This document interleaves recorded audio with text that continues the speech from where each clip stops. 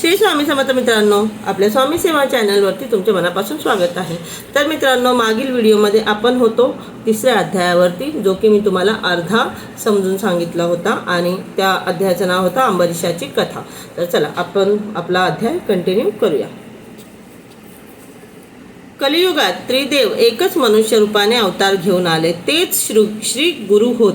आदि वस्तू ब्रह्म निर्गुण व निराकार आहेत। प्रपंचामध्ये तीन गुणांचा अनुसरून ज्याच्या तीन मूर्ती झाल्या, ब्रह्मा, विष्णू आणि महेश।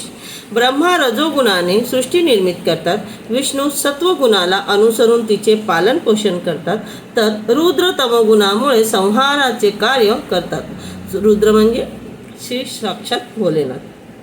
ते तिघे कार्यस्वरूपाने भिन्न वाटत असले तरी भिन्न नाहीत। सृष्टीचक्र अव्याहत चालवणे ही जी परमात्म्याची शाश्वत लीला आहे, तिला ते सहाय्य करतात। हे तीनही देव कारण परत्वे अवतार घेऊन पृथ्वीचा भार उतरवतात। भक्तांच्या रक्षणासाठी भगवान विष्णूंनी 10 अवतार घेतले। ती कथा अशी आहे। विष्णूजींनी जे 10 अवतार घेतले त्याची कथा पुढील भागात सांगितलेली आहे। पुढे म्हणजे भागामध्ये पुढे सांगितलेली आहे।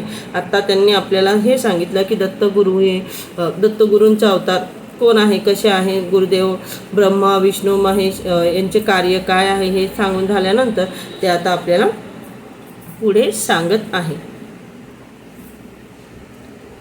एकादशीचे व्रत करणारे अंबरीश नावाचे ब्राह्मण सर्व काळ हरिचिंतन करत असत। त्यांची व्रतनिष्ठा सर्व श्रुती होती। एकादशी व्रत करणारे द्वादशीला भोजन करतात।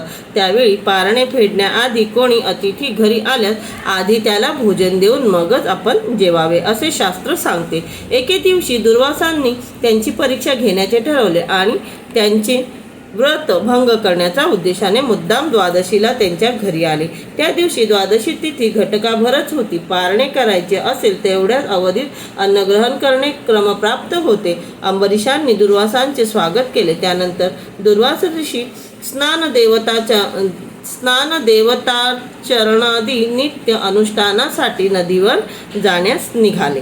तेव्हा अंबरीशांनी आपली अडचण सांगून त्यांना भोजनासाठी लवकर येण्याची विनंती केली, कारण की द्वादशी खूप थोडाच वेळ होती। त्यामुळे अंबरीश यांनी बोललं की तुम्ही लवकर या, मला सुद्धा द्वादशीचा माझा व्रत सोडायचा आहे।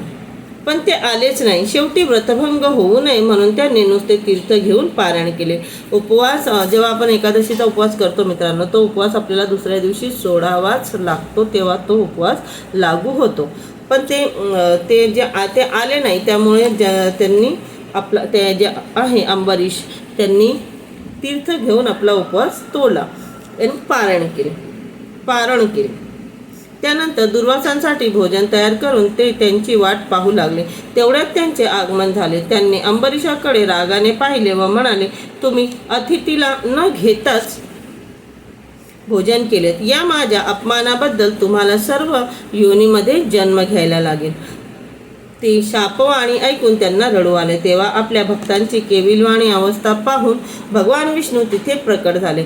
ते दुर्वासांना म्हणाले, ऋषीवर्य, तुम्ही माझ्या भक्तांना श्राप दिलेला असाल तरी त्यांचे रक्षण करणे हे माझे आद्य कर्तव्य आहे, म्हणून त्यांचा श्राप मी भोगीन। दुर्वास महाज्ञानी होते। पुढील काळात दुर्जनांना शासन करून भक्तांचा उद्धार करण्यासाठी भगवंतांना अवतार घेणे सोयीचे व्हावे, म्हणून हा शाप निमित्त होऊ शकतो।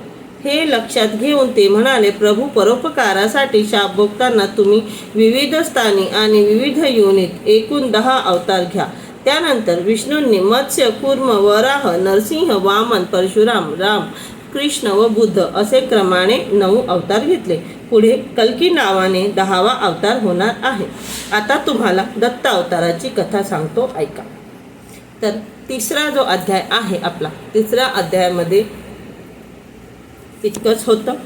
बाकी आपण पुढच्या अध्यायामध्ये बघणार आहोत। श्री स्वामी समर्थ मित्रांनो।